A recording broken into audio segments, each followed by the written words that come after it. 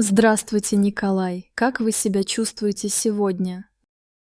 Здравствуйте, Марина. Честно, не очень хорошо. Почему? Расскажите, что случилось. Мне тяжело соблюдать диету, которую вы мне дали. В чем именно трудности? Вам не нравится еда? Еда вкусная, но я часто хочу хлеб и сладкое. Понимаю, хлеб и сладкое– привычная часть рациона. Вы пробовали заменить хлеб на что-то другое? Пробовал гречку, рис и картошку. Но все равно хочется именно хлеба утром. А сладкое? Вы едите шоколад каждый день? Да, немного. Когда я нервничаю, тянет на сладкое. Попробуйте фрукты или йогурт вместо шоколада. Еще хорошо помогает зеленый чай без сахара. Спасибо, я попробую. А можно иногда пирожок? Да, раз в неделю можно позволить себе маленький пирожок. Это радует. Я думал, нельзя совсем. Главное не переедать и соблюдать режим питания. Мне трудно обедать вовремя на работе. Можно брать с собой простой обед в контейнере. Например, куриное филе и овощи. Это удобно. Я попробую приготовить на вечер. А что насчет завтрака? Я часто пропускаю его. Завтрак очень важен. Попробуйте яйца и овсянку. Добавьте немного помидора или огурца к завтраку. Спасибо, Марина. Это просто и быстро. Иногда я ем поздно вечером. Это плохо? Лучше не есть за 2 часа до сна. Если сильный голод, можно выпить кефир. Спасибо за советы. Я попробую их на этой неделе. Отлично. Давайте встретимся через неделю и обсудим успехи. Да, спасибо, Марина. Я уверен, у меня получится. Уверена, вы справитесь. Я всегда готова помочь. Андрей, как давно ты гулял в парке? Очень давно, Ольга. Я редко теперь выхожу сюда. Я тоже. Раньше я часто каталась на велосипеде здесь. Правда? Я когда-то занимался бегом по утрам. Почему ты перестал бегать? После работы очень устаю, не хватает времени. Понимаю тебя. Я перестала рисовать акварелью. Помнишь, раньше я приносила краски в парк? Да, я часто видел твои красивые картины на скамейке. Мне нравилось рисовать деревья и цветы. Это было здорово. Я тоже раньше играл на гитаре. Иногда брал ее сюда и играл друзьям. Почему ты больше не играешь? Соседи часто жаловались на шум, и стало неудобно. Жаль, играть на гитаре очень красиво. Спасибо, Ольга. А почему ты перестала рисовать? Я стала работать больше, стало некогда. Думаю, что найду время этим летом снова порисовать. Очень хорошая идея. Может, я тоже возьму гитару? Будет весело. Можно устраивать маленькие концерты. Да, вместе веселее, чем одному. А какие еще хобби у тебя были раньше? Я собирала марки в детстве, писала письма друзьям. О, это интересно. Я коллекционировал монеты. Мои марки до сих пор лежат дома в альбоме. А мои монеты в коробке на полке. Иногда я смотрю на них и вспоминаю детство. Я тоже люблю рассматривать старые монеты. Может, нам снова начать заниматься любимыми делами? Давай. Главное, не забывать радоваться мелочам. Согласна. Жизнь становится ярче с хобби. Спасибо за приятный разговор, Ольга. И тебе спасибо, Андрей. Хорошего дня. Здравствуйте, доктор. Здравствуйте. Как вас зовут? Меня зовут Анна. Чем я могу вам помочь, Анна? Доктор, я плохо сплю уже несколько недель. Вы не можете заснуть вечером. Да, мне трудно заснуть ночью. Я часто просыпаюсь среди ночи. Сколько часов в среднем вы спите сейчас? Максимум 4 или 5 часов. Это очень мало? Вы чувствуете усталость днем? Да, я постоянно уставшая и раздражительная. У вас болит голова или кружится? Иногда болит голова по утрам. Вы пьете кофе или чай вечером? Иногда я пью чай после ужина. Лучше не пить чай и кофе после 18:00. Вы много работаете или часто волнуетесь? У меня много работы, я живу в Москве. Иногда я переживаю из-за работы. Это может влиять на ваш сон, Анна. Вы занимаетесь спортом или гуляете на улице?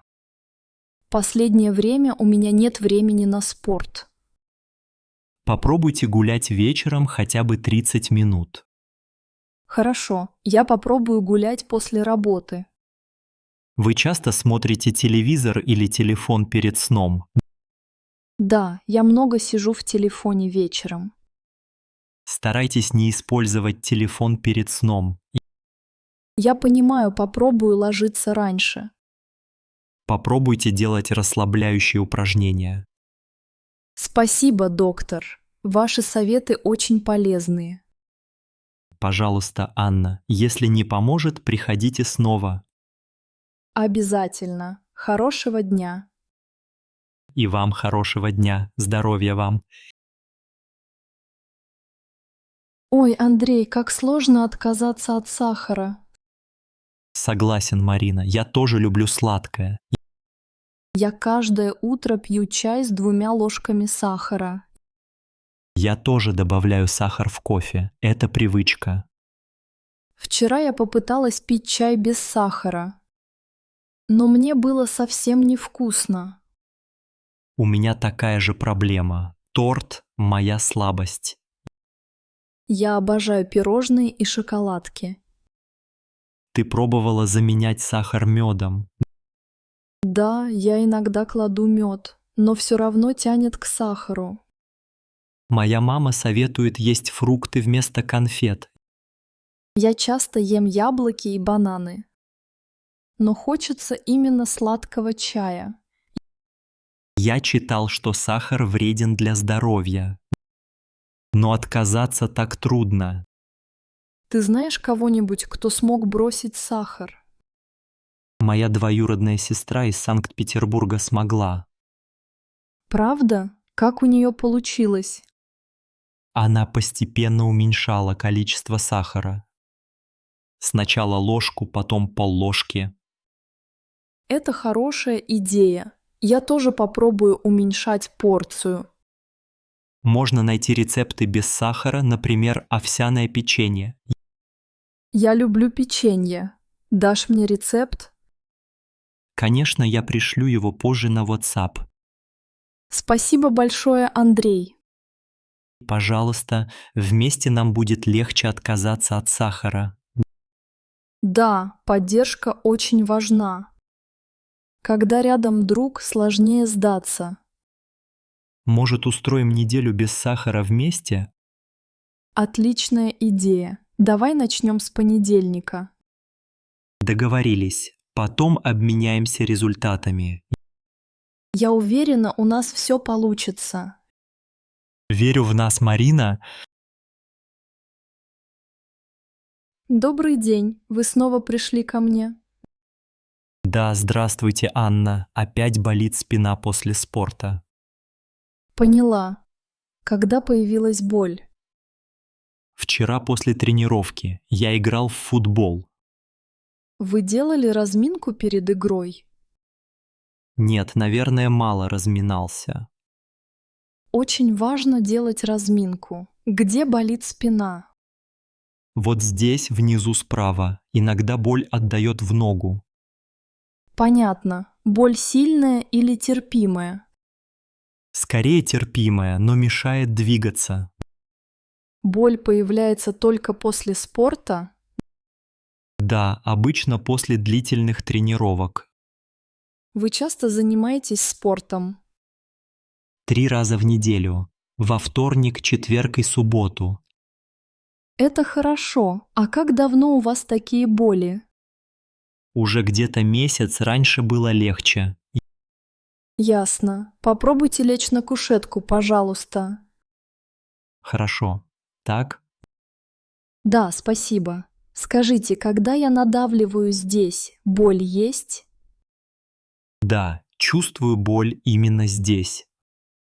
Вам надо немного отдохнуть от спорта. Я могу делать легкие упражнения дома? Да, рекомендую простой комплекс для спины. Вы также должны делать растяжку после спорта. А можно плавать в бассейне? Да, плавание– отличное упражнение для спины. Но главное– не переусердствовать. Спасибо, Анна. Мне всегда помогает ваша консультация. Пожалуйста, Павел, я всегда рада помочь. Приходите на массаж завтра, если будет боль. Спасибо, я обязательно приду. Берегите себя. Здоровье – самое важное. Согласен. Хорошего дня, Анна. И вам хорошего дня, Павел. До встречи. Привет, Антон. Как твои дела сегодня? Привет, Ольга. Все хорошо, но я немного устал. Ты выглядишь расстроенным. Что случилось? Опять пытался похудеть, но вес не уходит. У меня такая же проблема. Я стараюсь есть меньше. Но вес все равно стоит на месте. Я тоже стараюсь, хожу на прогулки каждый день. Я уже не пью сладкие напитки и не ем булочки. Я отказался от жареного картофеля и майонеза. Иногда хочется торт, но я держусь. Я тоже люблю сладкое, особенно шоколад. Моя мама говорит, главное не сдаваться. Да, наверное, мы слишком спешим. Я пробовала йогу, но на весе это не сказалось. А я записался в спортзал, но времени мало. Может, нам стоит попробовать готовить вместе? Хорошая идея. Можно придумать меню на неделю. Я знаю пару простых низкокалорийных блюд. Например, суп из овощей и куриная грудка. Звучит вкусно. Ты умеешь готовить суп? Да, умею. Могу научить тебя, если хочешь. С удовольствием. Учиться новым рецептам полезно. А ты когда-нибудь считал калории? Да, пару раз пробовал, но это сложно. Мне помогает приложение на телефоне. Надо попробовать. Может, так будет проще. Главное – поддерживать друг друга. Правильно. Вместе легче идти к цели. Давай начнем с понедельника новую неделю.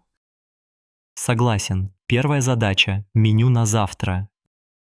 Я напишу список продуктов. Ты что-то добавишь? Давай огурцы и помидоры, они всегда полезны. Отлично. Попробуем еще раз, но вместе. Здравствуйте. Я записана на консультацию к вам. Здравствуйте. Присаживайтесь, пожалуйста. Спасибо. Меня зовут Анна. Очень приятно, Анна. Я Дмитрий, ваш физиотерапевт. У меня часто болит спина после работы. Расскажите, чем вы занимаетесь на работе? Я бухгалтер. Целый день сижу за компьютером. Понятно. Это очень частая проблема. Вы часто меняете положение во время работы? Нет, обычно сижу в одном положении. Это влияет на осанку и вызывает боли. Можно ли как-то улучшить осанку? Да, конечно. Давайте начнем с простых советов. Сидите прямо, не сутультесь. Это сложно, я быстро забываю. Можно поставить напоминание на телефоне. Хорошая идея. А какие упражнения мне делать? Могу показать пару простых упражнений для спины. Спасибо, я готова попробовать. Сначала попробуйте потянуться вверх, сидя на стуле. Теперь медленно повертите плечами назад и вперед. О, я чувствую напряжение в плечах. Это нормально, не переусердствуйте сначала. Я тоже часто кладу ногу на ногу. Это плохо? Лучше держать обе ноги ровно на полу. Спасибо, буду стараться следить за этим. Помните, важно вставать и ходить каждый час. Я редко так делаю. Буду пробовать вставать чаще. Молодец. Через неделю расскажете о результатах. Да, конечно. Большое спасибо, Дмитрий. Пожалуйста, Анна, не забывайте делать упражнения. Обязательно. До свидания. До свидания, Анна. Хорошего дня и крепкого здоровья. Дмитрий, ты заметил, как все стало дорого? Да, Анастасия, особенно хобби. Просто ужас. Вот, например, книги стоят целое состояние. Согласен. Недавно хотел купить роман. Расстроился. Я тоже люблю читать, но цены огромные. А еще настольные игры теперь слишком дорого. Ты права. Раньше мы покупали по одной каждую неделю. А теперь за одну игру можно купить ужин в кафе. Кстати, поход в кино стал роскошью. О да, на билеты уходит половина зарплаты. А еще попкорн как будто золото продают. Смеюсь, но это грустно. Все так дорого. А что насчет спорта? Я хотел поиграть в теннис. Да, корты и ракетки очень недешево. Я раньше ходил в бассейн, но теперь дорого. Я тоже перестала ходить на фитнес. Анастасия, может, займемся чем-то бесплатным? Например, прогулки в парке. Это всегда приятно. Согласен, можно обсудить новые книги на скамейке. А еще можно обмениваться книгами с друзьями. Отличная идея. Или устраивать домашние киносеансы. Я люблю смотреть старые советские фильмы дома. И я, чаще всего вместе с семьей. А ты собираешь что-нибудь дома? Я коллекционирую марки, это не очень дорого. Интересно, у меня есть коллекция открыток. Давай однажды покажем друг другу коллекции. С удовольствием. Такие увлечения дарят радость. Самое главное – хорошее настроение и друзья рядом. Абсолютно согласна. Давай брать радость от простых вещей. Тогда сегодняшний вечер уже удался. Спасибо за разговор, Дмитрий. Было очень приятно. И тебе спасибо, Анастасия. Отличный вечер. Андрей, опять нет времени готовить ужин. Да, Марина, мы так часто заняты на работе. Я хотела приготовить что-то полезное сегодня. Я тоже хотел поесть нормальную еду, не фастфуд. Но приготовить овощи занимает время. Я устала после работы и не хочу долго стоять на кухне. Я тебя понимаю. Сам иногда покупаю готовую еду. Но это вредно, слишком много масла и соли. Может, попробуем готовить что-то простое и быстрое. Например, Можно сварить гречку и сделать салат. да, гречку я люблю, ее готовить легко. А салат – огурцы, помидоры, чуть масла. И свежую зелень, это быстро. Я могу нарезать овощи, а ты приготовишь кашу. Отличная идея, Андрей. Так мы сэкономим время. Можно еще пару раз в неделю делать суп. Да, суп всегда остается на следующий день. У тебя есть любимые рецепты супа? Я люблю борщ и овощной суп. А ты? Я тоже люблю борщ с картошкой и морковью. Надо купить продукты, когда будет время. Давай напишем список покупок. Хорошо. Гречка, овощи, зелень, немного мяса. И йогурт на завтрак. Согласен. Тогда будем кушать полезно. А как быть, если совсем нет времени? Может, готовить еду на 2-3 дня сразу? Это удобно, потом только разогреть. Попробуем завтра. Вдвоем гораздо проще. Я рада, что ты мне помогаешь, Андрей. Вместе мы все сможем, Марина. Привет, Игорь. Как у тебя дела сегодня? Привет, Марина. Все хорошо, а у тебя? Спасибо, тоже все в порядке. Уютно здесь в гостиной. Да, мне здесь нравится. Тишина и покой. Я люблю читать в такой атмосфере. Это мое хобби. Ты любишь читать книги одна? Да, в одиночестве я лучше концентрируюсь. Ага, понимаю. Я, например, люблю собирать пазлы. О, это интересно. Пазлы — это весело и полезно. Конечно, я расслабляюсь, когда собираю их один. Здорово. Какие еще хобби тебе нравятся одному? Я иногда рисую карандашом. Это помогает думать. Рисование — отличная идея. Я тоже иногда рисую. Мне нравится пробовать новые рецепты, когда я одна. Ты любишь готовить? Что ты готовишь чаще всего? Часто пеку пироги или булочки. Запах такой приятный. Булочки – это вкусно. Я только кофе себе варю. Кофе у тебя всегда ароматный. Спасибо. Я люблю слушать музыку, когда один. Какую музыку ты слушаешь в одиночестве? Я предпочитаю джаз или классику. Они успокаивают. Я обычно слушаю аудиокниги перед сном.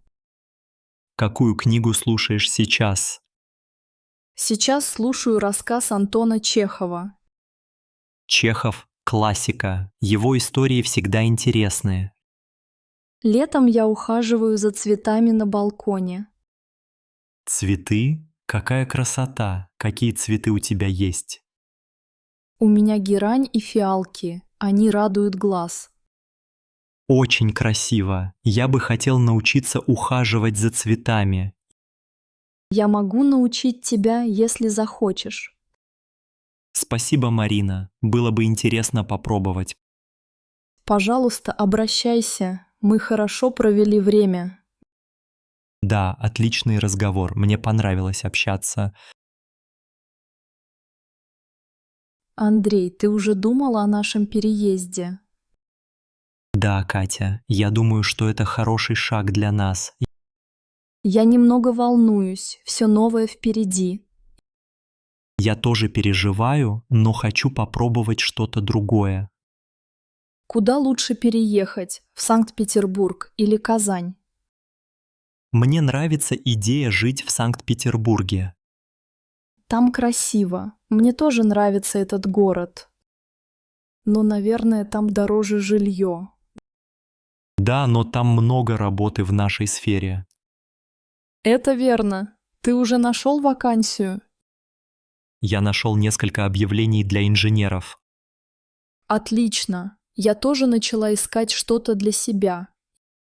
Я думаю работать в офисе или школе. Ты ведь преподавала английский. Это плюс. Да, возможно, найду работу в школе. Смотри, сколько у нас коробок. Да, мы много вещей собрали за эти годы. Ты уже все упаковала из спальни. Почти. Остались книги и одежда. Я помогу тебе после этой беседы. Спасибо, Андрей, вдвоем будет проще. Что будем делать с мебелью? Я думаю, часть мебели продадим. Остальное перевезем в новую квартиру. А как насчет нашей кошки Маруси? Маруся поедет с нами, конечно. Я рада, она часть нашей семьи. Катя, не волнуйся, все будет хорошо. Я стараюсь думать позитивно. Мы начнем новую жизнь в новом городе. Все у нас получится, вместе мы сильнее. Давай еще раз посмотрим квартиру онлайн. Да, давай, я как раз открыл сайт на планшете. Ты слышишь этого собаку? Он опять лает всю ночь. Да, я слышу. Это собака наших соседей, Вероника. Наверное, да. Мне кажется, это их гром. Бедный пес. Почему он так нервничает ночью? Может быть, ему скучно или страшно одному на улице. Вчера тоже был лай, но не так громко. Я думаю, соседей это тоже должно беспокоить. Конечно, мне трудно уснуть из-за этого шума. Я понимаю. Ты плохо спала прошлой ночью? Да, просыпалась несколько раз. Шумно было. Жаль, что хозяева не берут его домой ночью. Собакам нужна забота и внимание, особенно ночью. У нас был такой случай в детстве в Томске. Соседская собака скучала и лаяла почти каждую ночь. И что вы делали тогда? Мама говорила с соседями, и они стали забирать собаку домой. Может, нам тоже поговорить с Вероникой?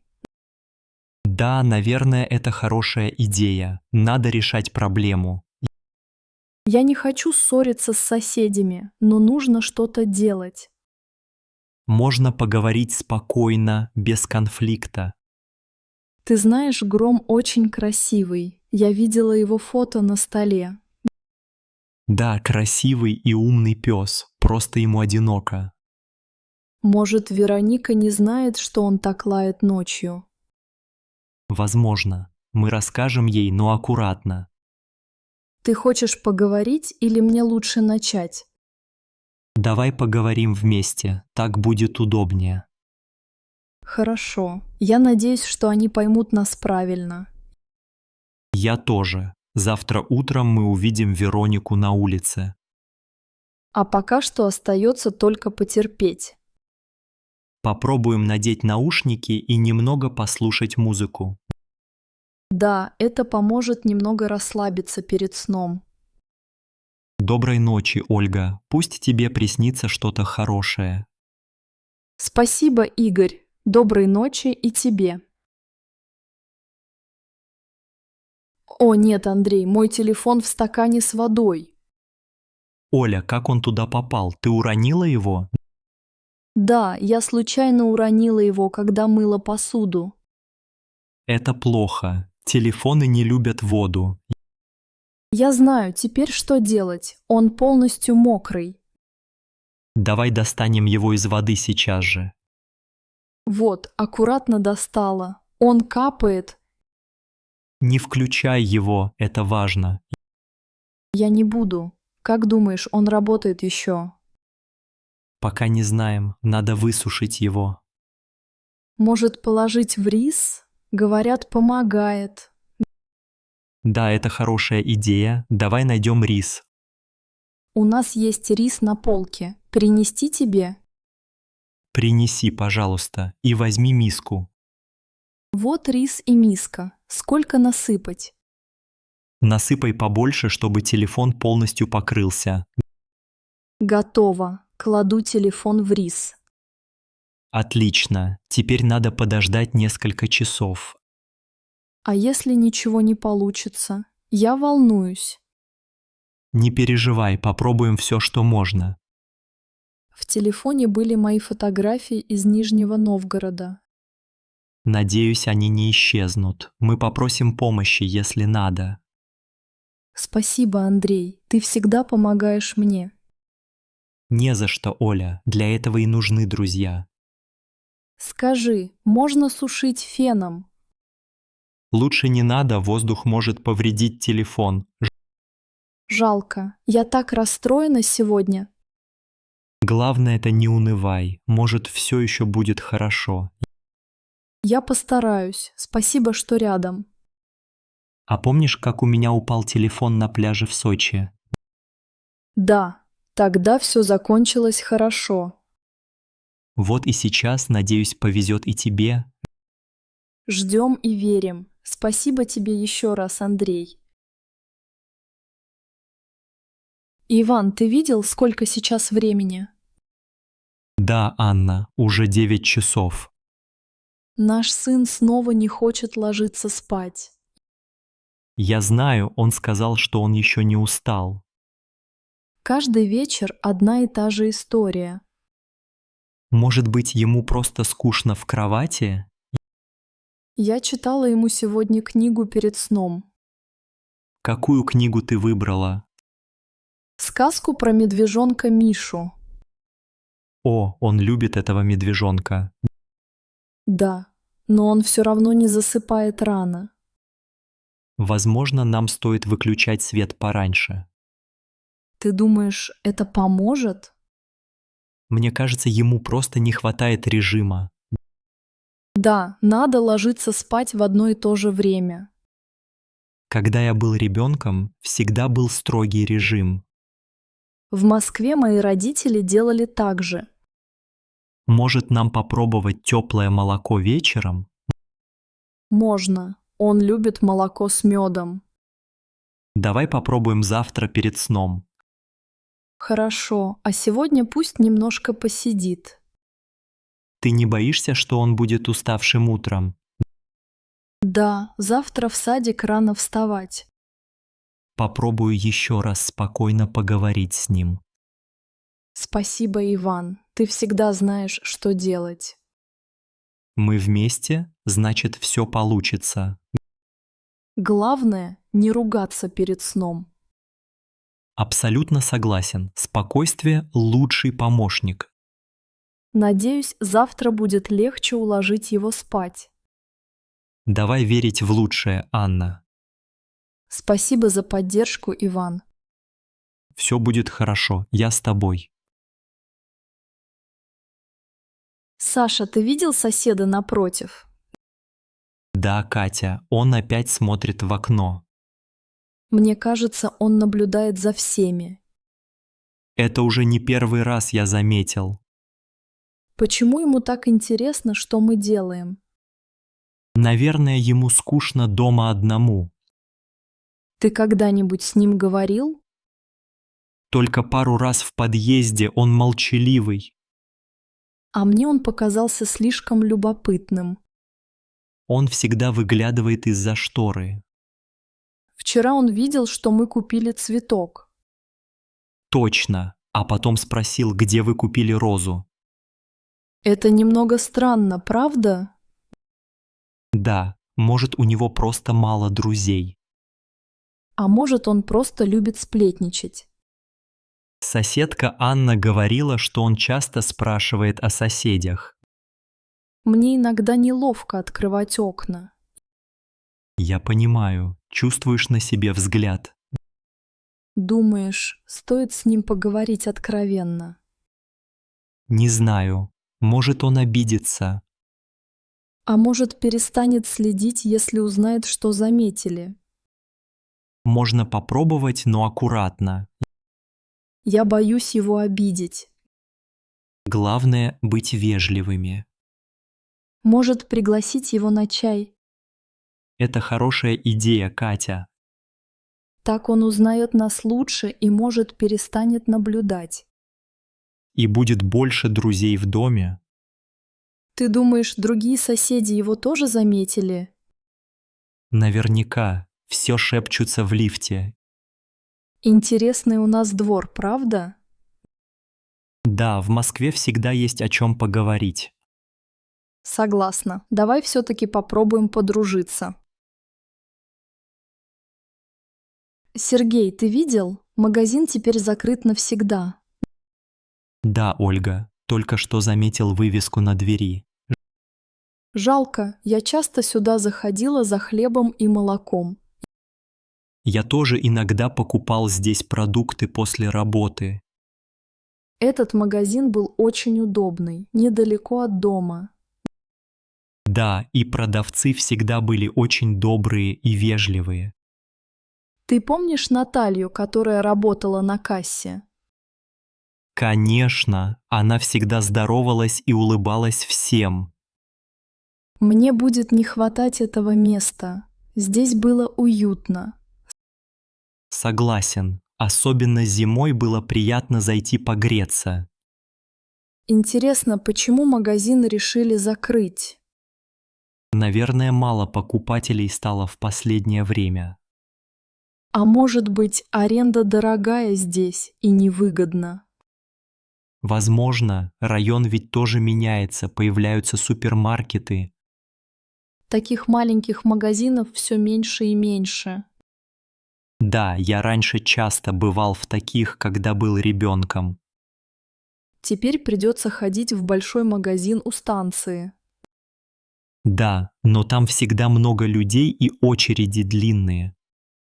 Тут я могла купить свежий хлеб без спешки. Я тоже любил покупать тут что-нибудь к чаю. Ты часто брал сладости? Помнишь их пирожные? Да, пирожные с вареньем были всегда очень вкусные. Ух, как жаль.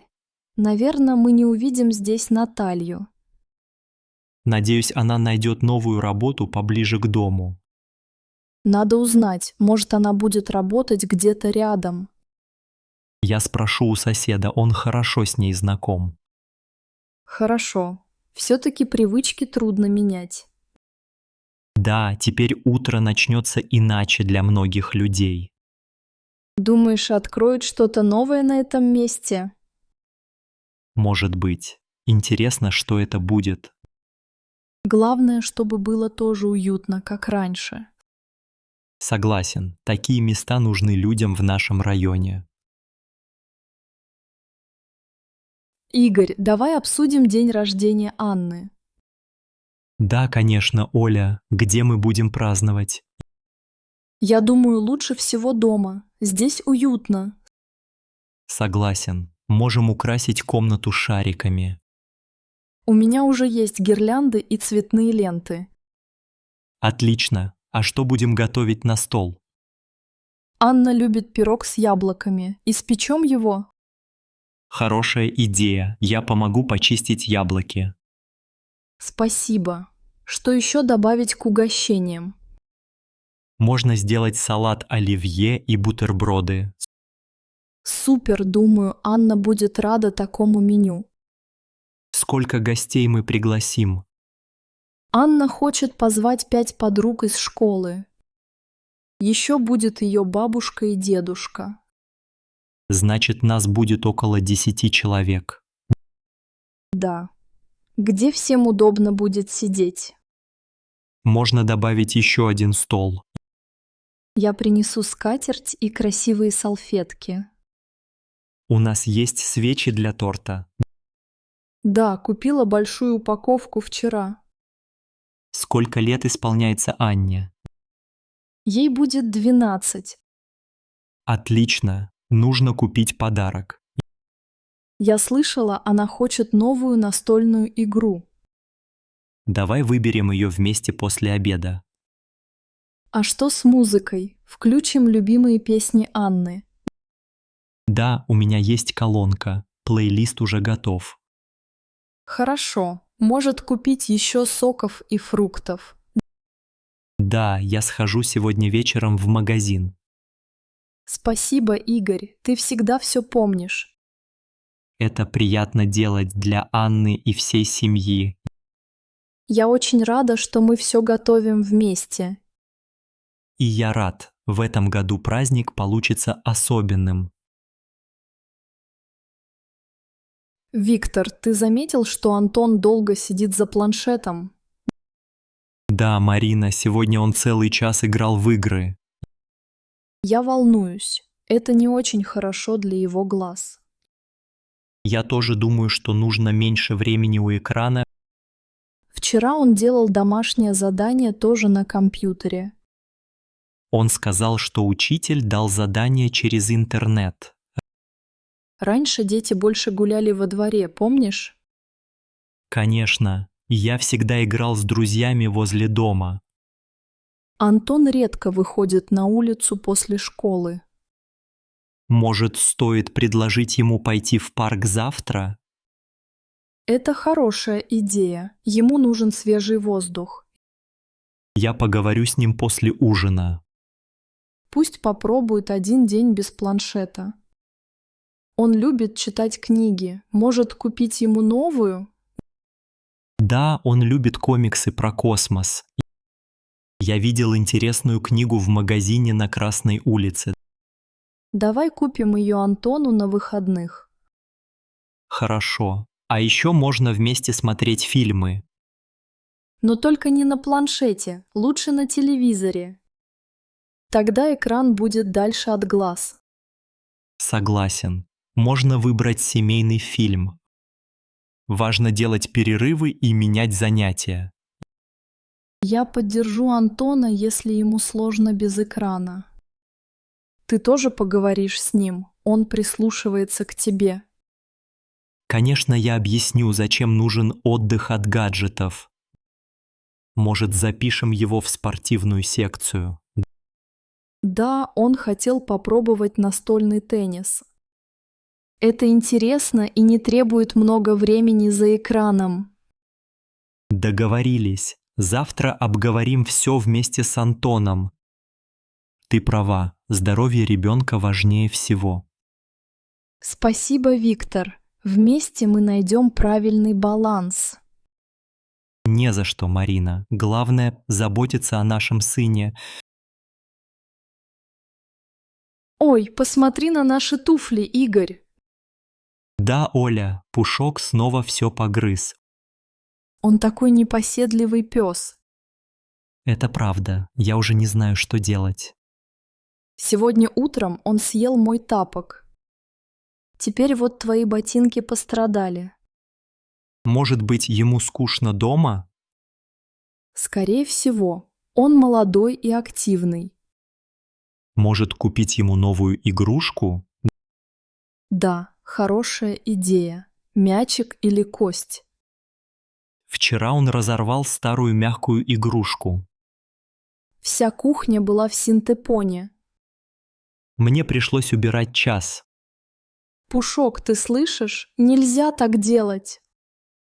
Он смотрит на нас очень виновато. Может, он голоден? Нет, я только что дал ему корм. Иногда Пушок ест даже мои книги. Я боюсь, что он проглотит что-то опасное. Нужно прятать все вещи повыше. Да, и не оставлять еду на столе. Вчера он съел кусочек сыра ночью. Ловкий у нас пес, ничего не скажешь. А может, отвезти его на прогулку подольше? Да, прогулки ему точно нужны. Давай сегодня вечером сходим в парк. Отлично, он будет рад побегать. Надеюсь, после этого ему будет не до обуви. Я тоже на это надеюсь, Оля.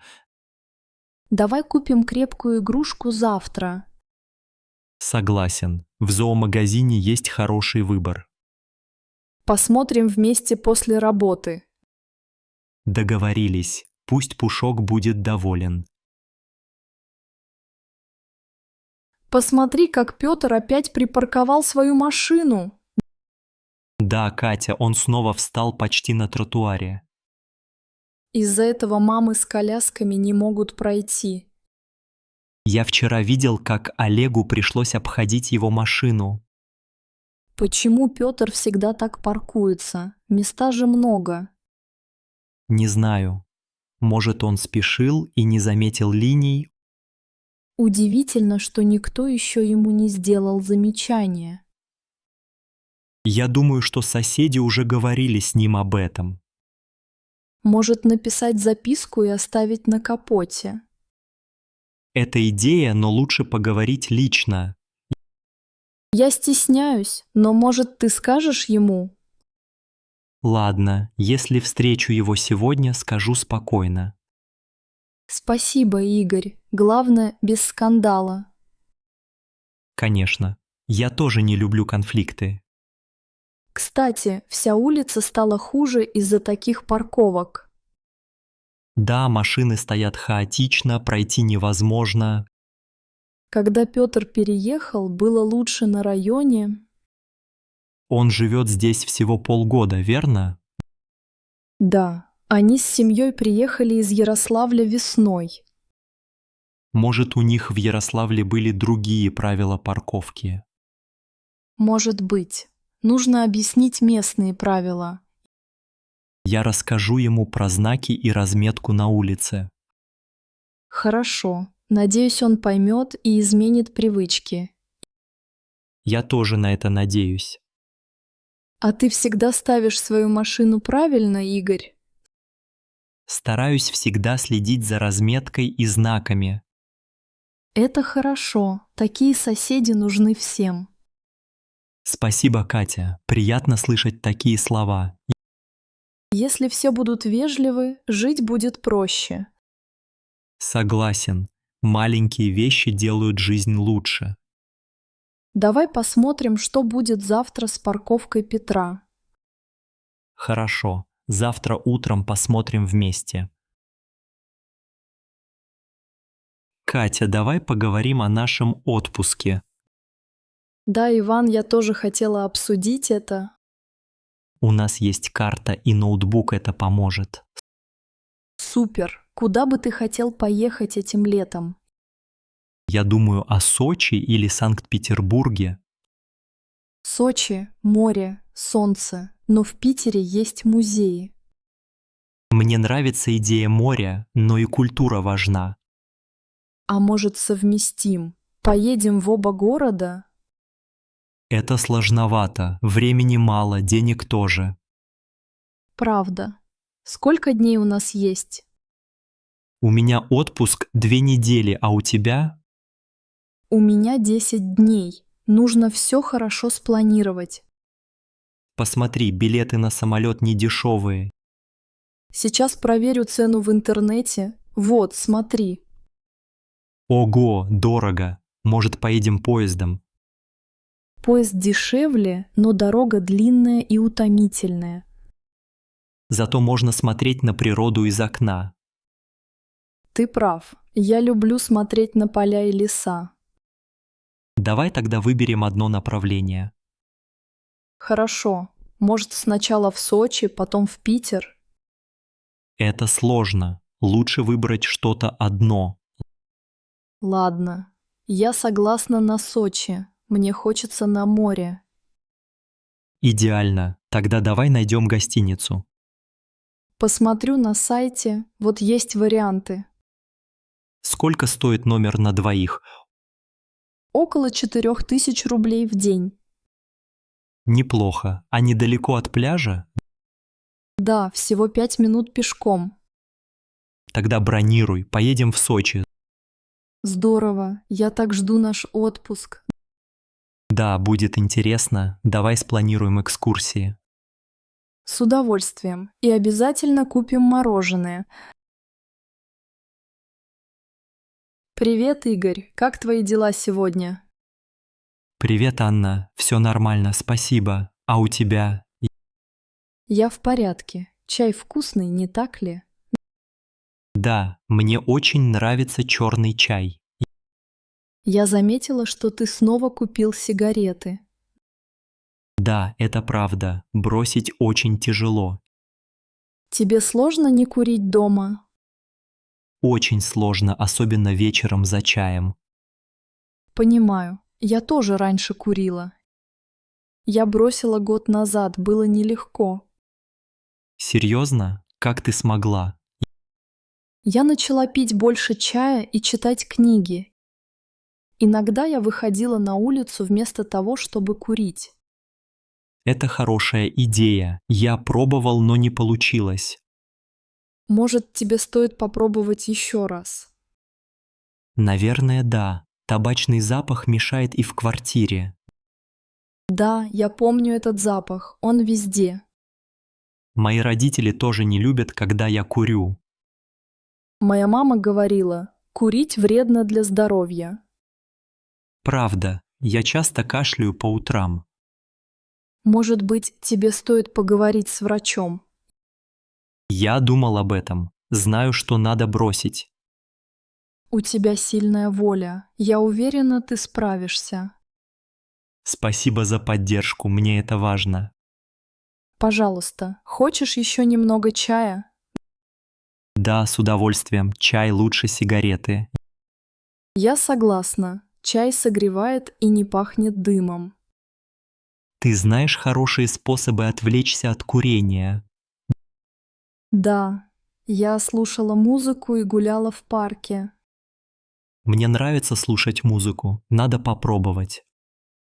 Попробуй разные способы. Главное, не сдаваться. Спасибо, Анна. Надеюсь, что скоро смогу бросить. Ты обязательно сможешь. Я верю в тебя, Игорь. Какие у тебя красивые помидоры, Иван! Спасибо, Оля. Я стараюсь выращивать их каждый год. Это сложно? Я бы тоже хотела вырастить помидоры. Нет, совсем не сложно. Главное – правильно сажать семена. Когда ты сажаешь семена? Я сажаю семена в марте дома, в маленьких горшках. Потом, когда тепло, пересаживаю в землю. Почва должна быть особенной? Да, лучше использовать плодородную землю и немного компоста. Ты часто поливаешь помидоры? Да, поливаю каждый день, особенно если жарко. А сколько нужно солнца? Помидоры любят много солнца, минимум 6 часов в день. Ты используешь удобрения? Да, немного. Я добавляю органическое удобрение раз в месяц. Можно ли выращивать помидоры на балконе? Конечно, только выбирай карликовые сорта. Как понять, когда помидоры спелые? Они становятся красными и мягкими на ощупь. Ты собираешь урожай один раз или несколько? Я собираю урожай постепенно, по мере созревания. Что делать, если листья желтеют? Обычно это нехватка воды или питательных веществ. Можно опрыскать листья специальным раствором. Ты пробовал выращивать другие овощи? Да, пробовал огурцы и перец, но помидоры мне нравятся больше. Можно попробовать твои помидоры? Конечно, возьми вот этот. Он уже спелый. Спасибо, очень вкусный и сладкий. Рад, что тебе нравится. Свои помидоры всегда слаще. Я попробую посадить свои следующей весной. Если понадобится помощь, спрашивай меня. Спасибо. Приятно разговаривать с тобой о саде. И мне приятно делиться опытом. Всегда рад помочь. Желаю хорошего урожая в этом году. Спасибо, Оля. Пусть у тебя тоже все получится. До встречи, Иван. До свидания, Оля. Привет, Илья. Рада тебя видеть в коридоре. Привет, Ольга. Как твои дела?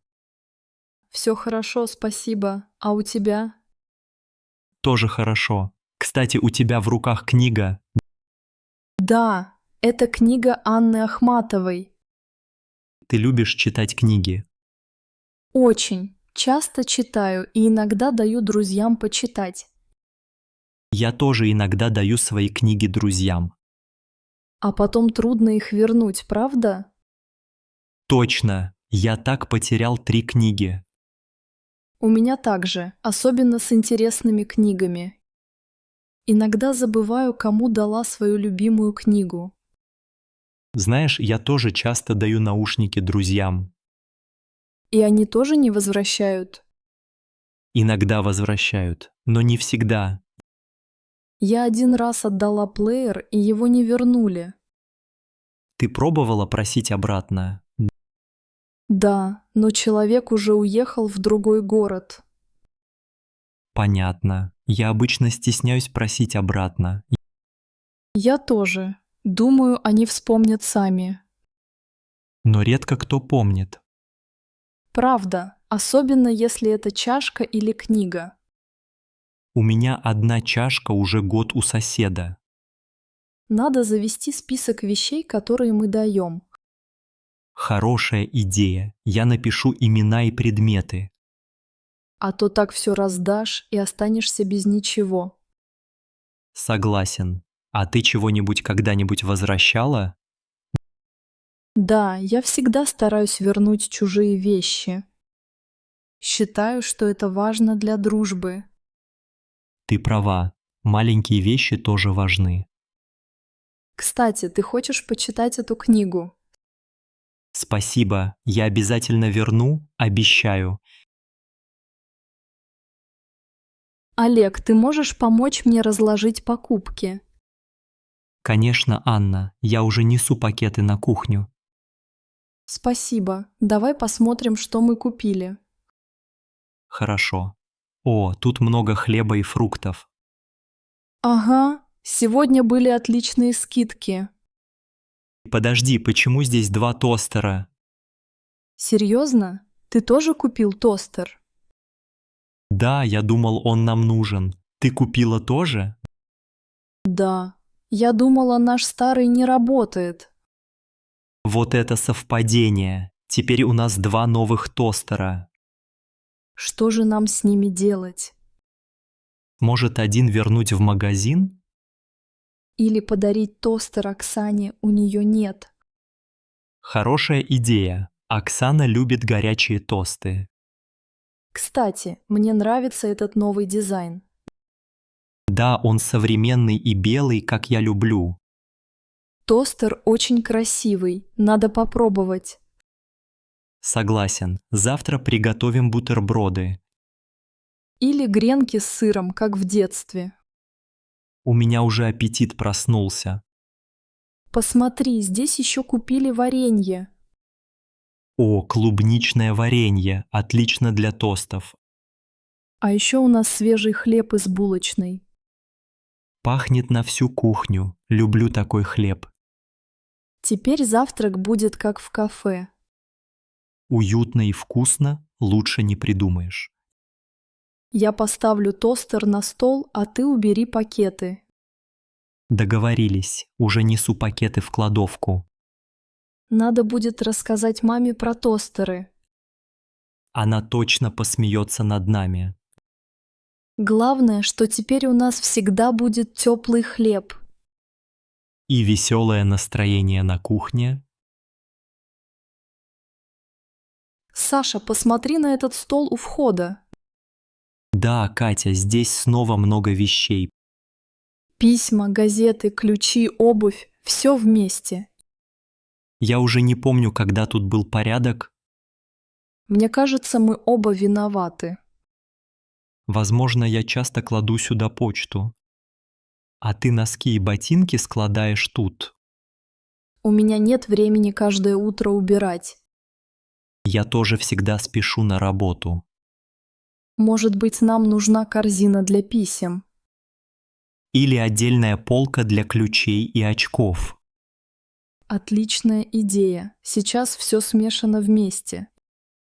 Я нашел здесь чек от магазина «За март». Ой, это мой. Я совсем забыла про него. Надо выбросить все лишнее. Договорились. Давай вместе разложим вещи. Хорошо, сначала разберем письма. Вот это для тебя из банка.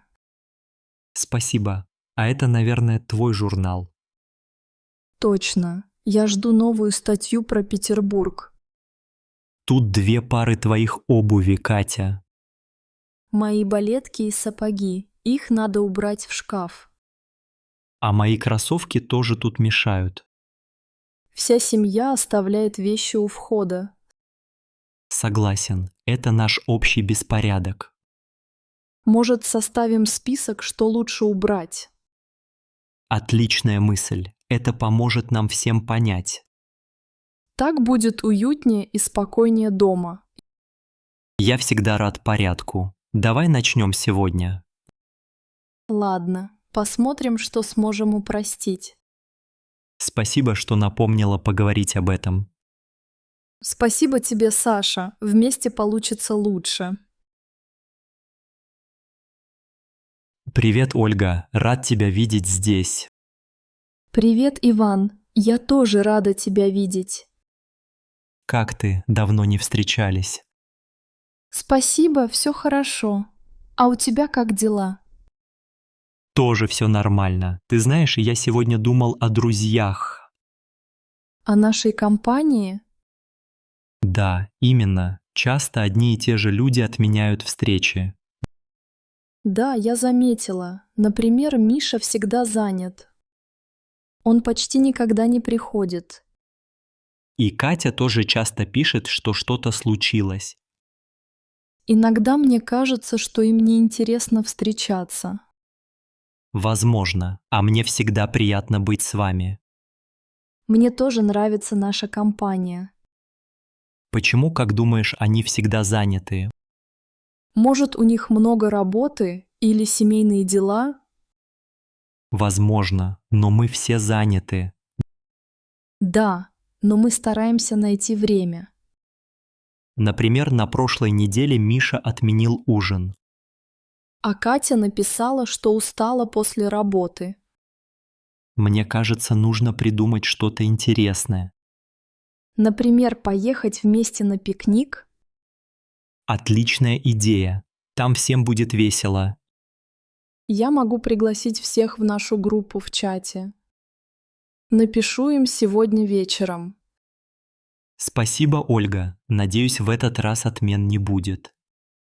И я надеюсь. Хочется встретиться всей компанией. Помнишь, как мы гуляли в парке весной?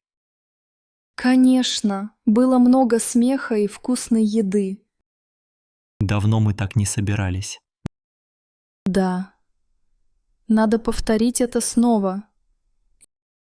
Я рад, что мы сегодня встретились. Ты всегда приходишь. Спасибо, Иван. Мне приятно общаться с тобой.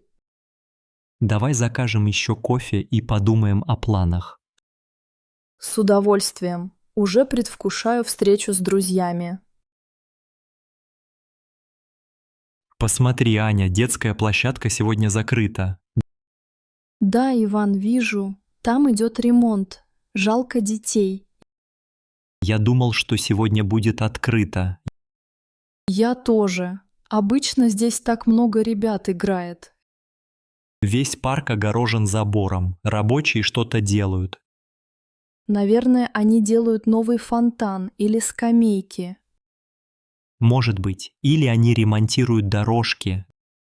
Дорожки были старые, там часто были лужи. Интересно, долго еще будут ремонтировать? На табличке написано «До конца месяца». Это хорошо. Тогда скоро все снова откроется. Я так люблю этот парк летом. Здесь всегда красиво. Я тоже, особенно когда цветут деревья и цветы. А помнишь, прошлым летом мы кормили здесь уток? Конечно, и смотрели, как дети играют на горке. Может, в этом году построят больше качелей? Это было бы здорово. Детям будет где играть. Мне интересно, появятся ли новые цветы возле аллеи. Я видел, что рабочие привезли много рассады. О, значит, станет еще красивее тут. Да, городской парк – любимое место для всех. Сегодня так тепло и солнечно. Здесь приятно гулять. Жаль, что нельзя посидеть на лавочках внутри. Зато можно пройтись вдоль забора и посмотреть. Давай заглянем и увидим, как идет ремонт. Хорошая идея. Интересно, что там делают сейчас. Я вижу, как они строят новую песочницу. Да, и еще устанавливают новые фонари. Скоро здесь будет светло даже вечером. Обязательно вернемся, когда все откроют. Обязательно. Приведем сюда племянников. Они будут очень рады новому парку. Привет, Илья. Как твои дела сегодня? Привет, Анна. Все хорошо. А у тебя? Тоже отлично. Я очень рада нашему ужину. Я тоже рад. Ты принесла лазанью? Да, это моя любимая лазанья. Я приготовила ее вчера. Отлично. Говорят, что лазанья вкуснее, когда разогретая. Да, я так думаю. Вчера она была еще не такая ароматная. Сегодня запах прям очень аппетитный. Согласна. Ты любишь итальянскую кухню? Очень люблю. Особенно пасту и лазанью. Я тоже. Лазанья вкуснее всего на второй день. Почему так происходит, как думаешь? Наверное, потому что соусы смешиваются лучше. И специи становятся более выразительными. Это правда. Сейчас попробую кусочек. Какая нежная, прям тает во рту. Спасибо. Я использовала сыр пармезан и моцареллу. Отлично получилось. Ты часто готовишь лазанью? Да, мы с мамой любим делать ее по выходным. Я в детстве ел лазанью только по праздникам. В Москве много хороших продуктов для нее. А у тебя есть свой секретный ингредиент? Я добавляю немного чеснока и свежий базилик. Очень вкусно. Я тоже так попробую дома. А ты умеешь готовить подобные блюда? Я умею готовить борщ, но лазанью еще не пробовал. Борщ – это классика. Нужно будет постараться с лазаньей. Твоя лазанья получилась просто замечательно. Спасибо, Илья. Приятно слышать похвалу. Давай еще добавим немного сыра. Давай. Я люблю, когда много сыра сверху. На разогретой лазанье сыр такой тягучий. Да, это самое вкусное. Приятного аппетита. Спасибо. Приятного аппетита тебе тоже, Анна. Мне нравится смотреть фильмы вечером, когда темно. Да, дома уютно, особенно с пледом и чаем. Ты часто смотришь фильмы так, Артём? Да, Мария, я люблю атмосферу вечернего просмотра. Этот фильм очень спокойный, хорошая музыка. Мне нравится, как свет мягко освещает комнату. Ты уже видел этот фильм раньше? Нет, это мой первый раз. А ты? Я смотрела его зимой, когда было много снега. Сюжет простой, но атмосфера волшебная. Да, мне нравятся цвета на экране. Все такое теплое и нежное. Я люблю, когда фильмы создают уют. Актеры очень естественные, верю их чувствам. Тебе нравится жанр этого фильма? Очень. Я люблю драмы и мелодрамы. Я обычно смотрю комедии, но этот фильм приятный. Когда идет дождь, такие фильмы особенно хороши. Мне кажется, что время идет медленно здесь. Это помогает расслабиться после рабочего дня. Хочешь потом посмотреть еще один фильм? Может быть, если будет время и настроение. Я могу приготовить попкорн. Хорошая идея. Давно не ела попкорн дома. У меня есть карамельный и соленый. О, я люблю карамельный. Спасибо, Артём. Пожалуйста. А у тебя есть любимый режиссер? Наверное, Андрей Звягинцев. Его фильмы атмосферные. Я тоже знаю его фильмы, они всегда трогательные. Тепло и приятно сидеть рядом зимой, смотреть кино. Дома всегда уютнее, чем в кинотеатре. Я согласна, не надо никуда спешить.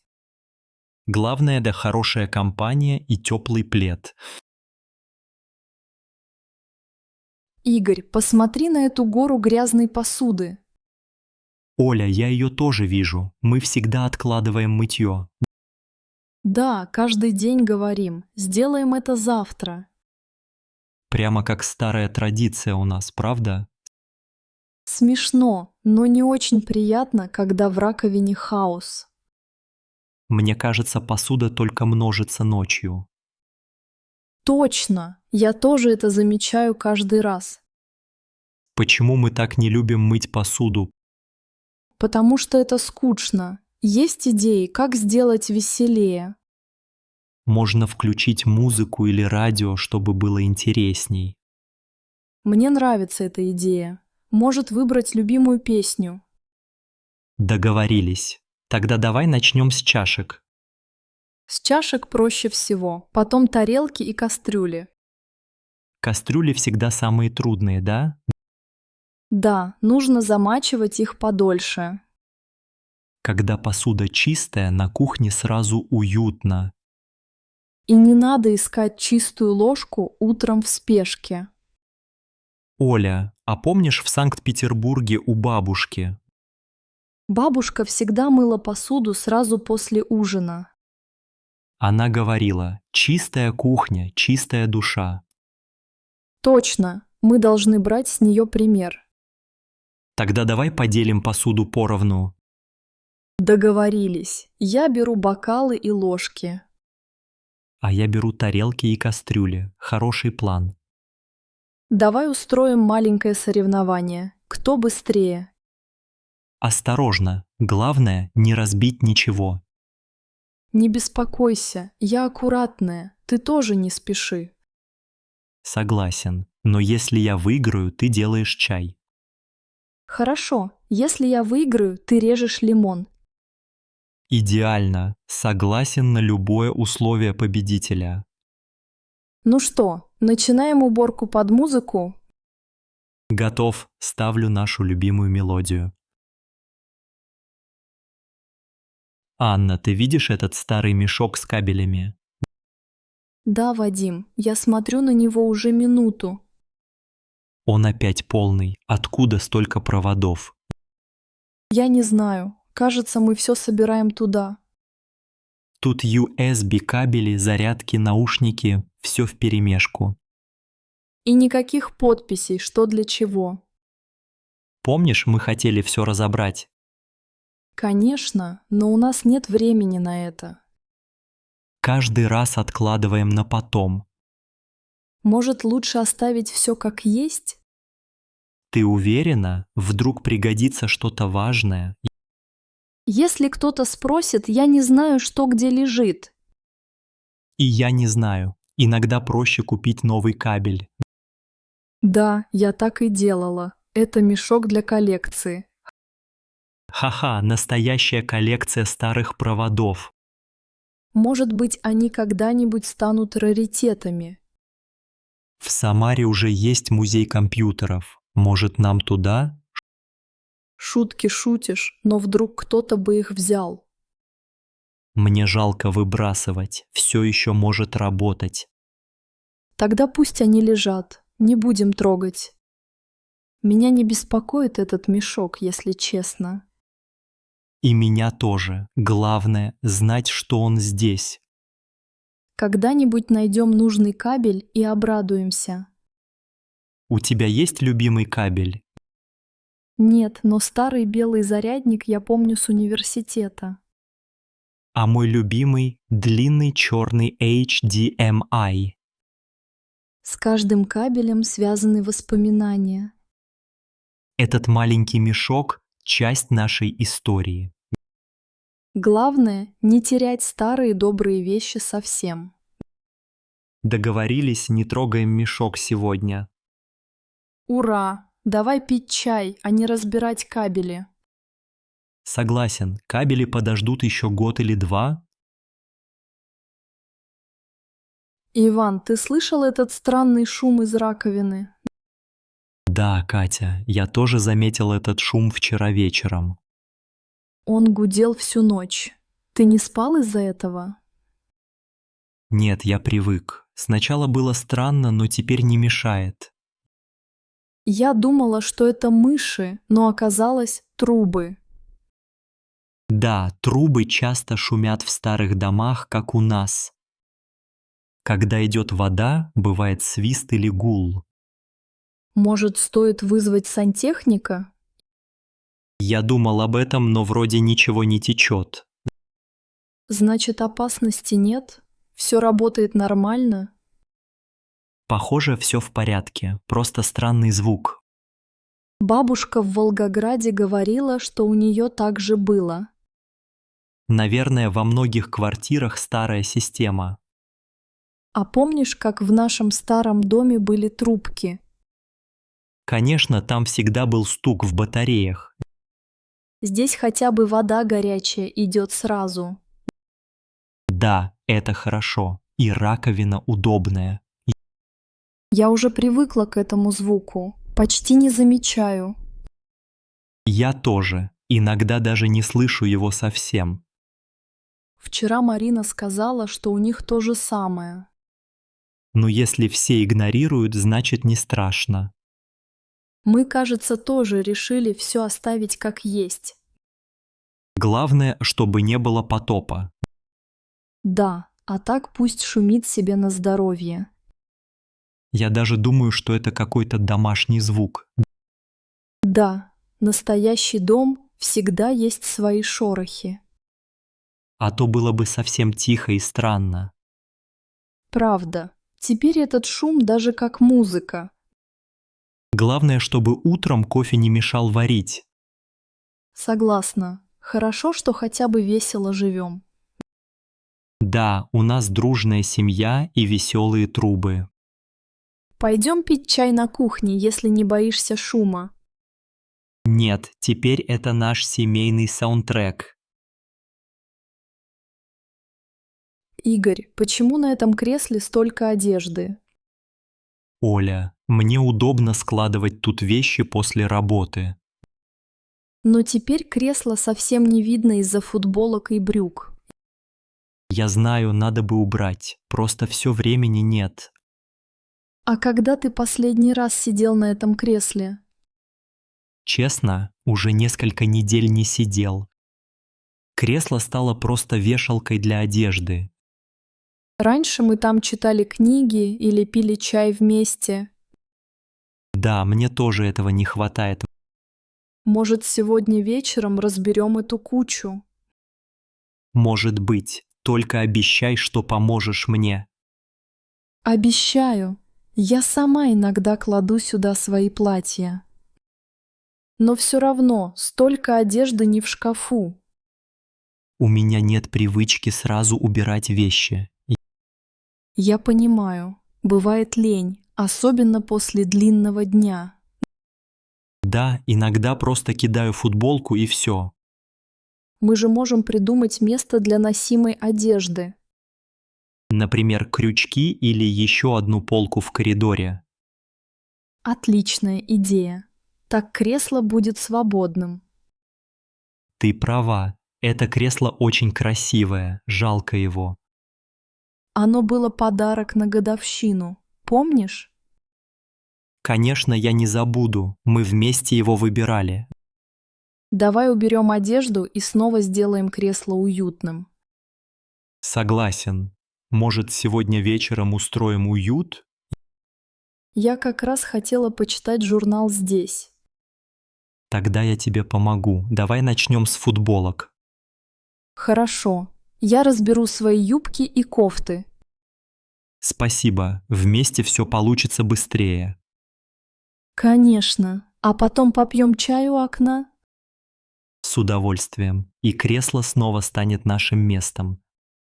Мне так приятно проводить с тобой вечера. Мне тоже, Оля. Давай сделаем наш дом еще уютнее.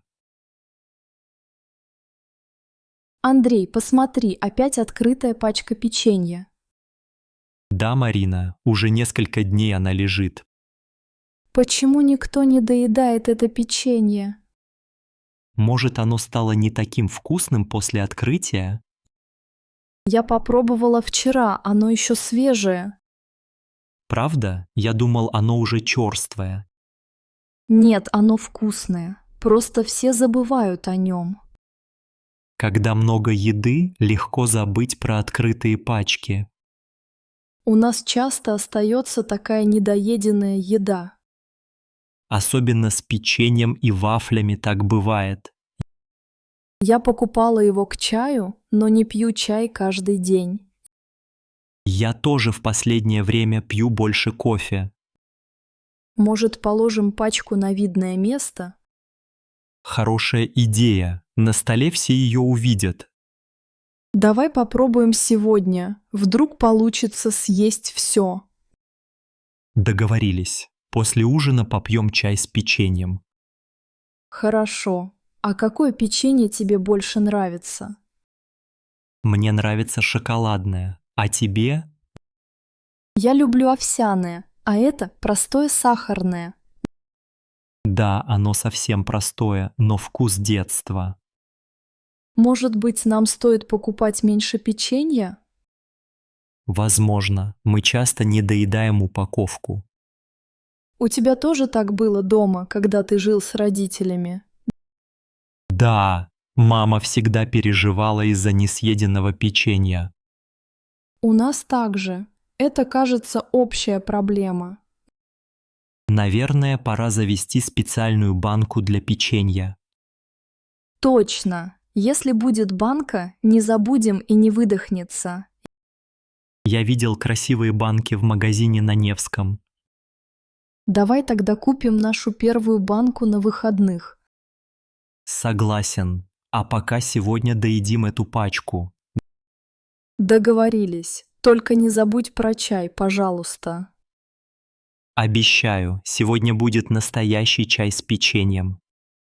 Спасибо, Андрей. Вместе будет вкуснее. Марина, ты всегда носишь эти штаны дома? Да, Иван, они очень удобные и теплые. На улице такую одежду я никогда не надену. Понимаю. Я вот тоже люблю свой старый свитер. В нем так уютно сидеть вечером и пить чай. Твой свитер с оленями? Он очень забавный. Да, Марина, мне его подарила бабушка из Казани. Как мило, а мне бабушка подарила эти тапочки. Смотри, здесь маленькая вышивка, кошка. О, какая симпатичная кошка. Я не замечал раньше. У меня есть похожие тапки, но уже очень старые. Хочешь посмотреть мои домашние халаты? У меня их 3. Все после ремонта не жалко пачкать. Интересно, я дома почти всегда в спортивных штанах. Я люблю старые вещи. Удобно и приятно. А какие вещи тебе удобнее всего дома? Мягкие футболки и теплые носки. А тебе? Мне нравятся широкие кофты и мои старые леггинсы. Дома можно выглядеть как хочешь. Главное – уют. Да, дома никто не увидит, кроме тебя, конечно. Я всегда смеюсь, видя твой свитер в зимние вечера. А я люблю, как ты выглядишь в розовой пижаме. Спасибо, мне она тоже нравится. Пижама старая, но очень мягкая. Ты бы надела ее, если бы к нам пришли гости. Нет, конечно, для гостей я надену что-то получше. Да, мне тоже не хочется показываться в этом свитере. Хотя иногда к нам заходят друзья неожиданно. В прошлый раз Оля смеялась над моими тапочками. Она просто завидует нашей уютной одежде. Наверное, мне все равно, я люблю комфорт. И правильно, дома главное – чувствовать себя хорошо. Оля, посмотри, что я нашел на полке. Ой, Дима, это же твой старый плюшевый медвежонок. Да, я его нашел вчера, когда убирался. Он такой милый, я помню, ты рассказывал о нем. Да, этот медвежонок со мной с 5 лет. Почему ты все еще его хранишь? Просто он мне напоминает детство и родителей. Понимаю, у меня тоже есть такие вещи. Например, у меня есть старая кукла из Ярославля. Серьезно? Ты ее до сих пор держишь? Да, потому что она мне дорога как память. Мне кажется, такие вещи приносят тепло в дом. Согласна. Иногда они важнее новых вещей. Конечно, этот медведь всегда рядом со мной. Сколько лет ему уже? Наверное, много. Почти 30 лет, представляешь? Да, очень долго. А у него есть имя? Конечно, его зовут Миша. Хорошее имя. Классический русский медведь. Может, и мои куклы помнят мое детство. А какая у тебя была самая любимая игрушка? Наверное, это кукла Аня. Я спала с ней каждую ночь. Интересно, я всегда брал Мишу в поездки. Он был с тобой даже в летнем лагере? Да, и даже на даче у бабушки в Твери. Значит, у Миши много воспоминаний тоже. Верно, без него дом кажется пустым. Я думаю, такие вещи нужно беречь. Ты права, пусть Миша всегда будет с нами. Можно поставить его на полку рядом с куклой. Хорошая идея, пусть хранят наши секреты вместе. Да, я уверена, им тут будет хорошо. Спасибо, что понимаешь меня, Оля. Конечно, Дима, дорогие вещи делают нас счастливыми. Мария, как тебе здесь сегодня? Дмитрий, мне очень нравится это кафе, атмосфера уютная. Да, интерьер очень красивый, все такое теплое. Я люблю эти картинки на стенах, все мило. Жалко только, что еду всегда приносят долго. Да, я тоже заметила, мы уже ждем 20 минут. Каждый раз одно и то же, но еда всегда вкусная. Вот именно поэтому мы всегда возвращаемся сюда. Ты пробовала здесь борщ, он здесь отличный. Да, в прошлый раз я брала борщ. Был очень сытный. Сегодня я заказал пельмени, мне интересно, как они тут. А я выбрала салат оливье. Интересно, будет вкусно. Я надеюсь, что скоро принесут наш заказ. Кажется, официант забыл про нас. Можно позвать его еще раз. Вон он там.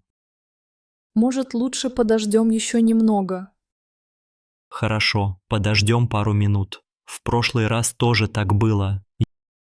Я не люблю жаловаться, но хочется есть. Понимаю тебя, я тоже уже проголодался. Но зато здесь всегда свежий хлеб. Да, и чай очень вкусный. Я уже хочу выпить чашку. Давай потом закажем чай с лимоном. Отличная идея. Я люблю чай с лимоном и медом. Кстати, ты знаешь, что рядом открыли новое кафе? Нет, не слышал. Может, сходим туда в следующий раз? Давай сначала дождемся нашей еды здесь. Конечно. Я все равно люблю это место. Главное, чтобы вкус был такой же, как всегда. Я уверен, что не разочаруемся. Смотри, кажется, наш официант уже идет к нам. Наконец-то. Ждем с нетерпением. Надеюсь, все горячее и свежее. Сергей, посмотри, наш сосед снова с новой машиной. Да, Марина, я только что заметил. Это уже 3-я за год. Как думаешь, почему он так часто меняет машины? Наверное, он очень любит автомобили. Может быть, у него недавно была синяя «Лада». А до этого красная «Шкода». Я помню ее. Сегодня он приехал на черном «Фольксвагене». Мне кажется, эта машина ему очень идет. Да, выглядит солидно. Интересно, что будет дальше. Ты хотел бы менять машину так же часто? Честно говоря, мне нравится моя старая «Волга». «Волга» удобная, но иногда хочется что-то новое. Согласен, но я к ней привык. Она надежная. Наш сосед живет один, верно? Да, по-моему, у него нет семьи. А где он работает? Может, у него свой бизнес? Говорят, он работает в автосалоне. Наверное, поэтому так легко меняет машины. Это многое объясняет. Интересная работа. Да, и всегда свежие автомобили под рукой. Я каждый раз удивляюсь его выбору. Наша дочь тоже любит рассматривать его машины. Правда? Может, она станет автолюбителем? Возможно, вчера она рисовала красную машину. Это очень мило. Пусть мечтает. Ты видел, как аккуратно сосед паркуется? Да, у него всегда все идеально ровно. Я каждый раз учусь у него парковке. Хороший пример для всех соседей. Пошли пить чай, можно понаблюдать за окном. Отличная идея, Марина. Может, еще одну машину увидим. Саша, опять смотрим на карту Франции, как всегда. Да, Марина, мы давно мечтаем поехать во Францию. Каждый год говорим, поедем летом и все откладываем. Работа, дела. Снова не получилось в этом году. А ведь Париж так красив весной. Я всегда мечтала увидеть Эйфелеву башню. И я. Еще мне хочется побывать в Лионе, попробовать французскую кухню. У меня даже есть старый путеводитель по Франции. А я храню билеты из музея Лувра. Мы их не использовали. Помнишь, как в прошлом году мы выбирали города и отели? Да, выбирали между Парижем и Ниццей. В Ницце, говорят, красиво на море. Моя подруга там была. А больше всего я хочу увидеть Версальский дворец. Я думаю, нам просто нужно взять отпуск летом. Давай договоримся. Следующей весной точно едем. Ты уверен, не будет ли опять работы слишком много? Нет, я буду просить отпуск заранее обязательно. Ты прав, надо просто планировать заранее. Давай сейчас выберем даты и напишем их на листочек. И повесим листочек на холодильник, чтобы не забыть. Хорошая идея. Напишем «Франция, весна, отпуск». А потом подберем достопримечательности вместе. Я бы хотел увидеть Монмартр и старые улочки Парижа. А я попробовать круассаны в маленьком кафе. Согласен, французские завтраки очень вкусные.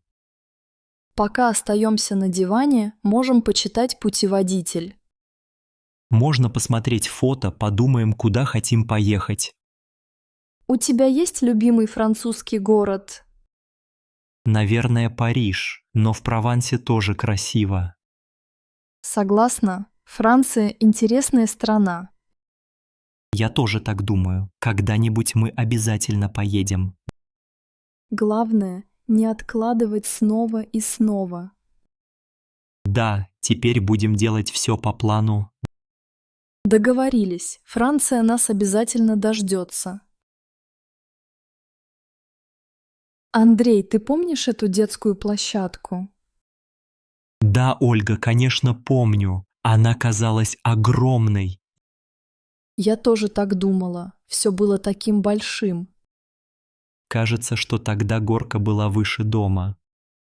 А качели всегда были заняты, помнишь? Я так любила здесь кататься на качелях. С тобой всегда стояла очередь на качели. Иногда мы ждали, пока кто-нибудь уйдет. Скамейка та же, только стала старее. Да, сейчас она кажется совсем маленькой. А клумбы тогда казались цветочными джунглями. Я однажды потерял здесь свою кепку. Мама потом долго ее искала. Я потеряла куклу на песочнице. Тоже маме не сказала. Песочница раньше была намного больше. Сейчас в ней мало песка и почти нет детей. Да, теперь тут тихо и спокойно. Тогда здесь всегда было шумно и весело. Помнишь, как устраивали догонялки вокруг качелей? Да, мы бегали до самого вечера, пока не звали домой. Когда мне было 6, я думала, что это парк. Я тоже. Все казалось другим, волшебным. Наверное, мы просто выросли. Но я рад, что могу снова здесь стоять. Я тоже. Здесь очень уютно и спокойно. Жаль, что больше нет песчаных горок. И не видно знакомых лиц из детства. Но воспоминания остались в сердце. Моя дочка иногда играет здесь с друзьями. Вот здорово, может и у нее будут свои воспоминания. Я надеюсь, пусть здесь всегда будет радость. Согласен, Ольга, это хорошее место для всех нас. Здравствуйте, Иван. Здравствуйте, Ольга, как дела? Спасибо, хорошо. А у вас?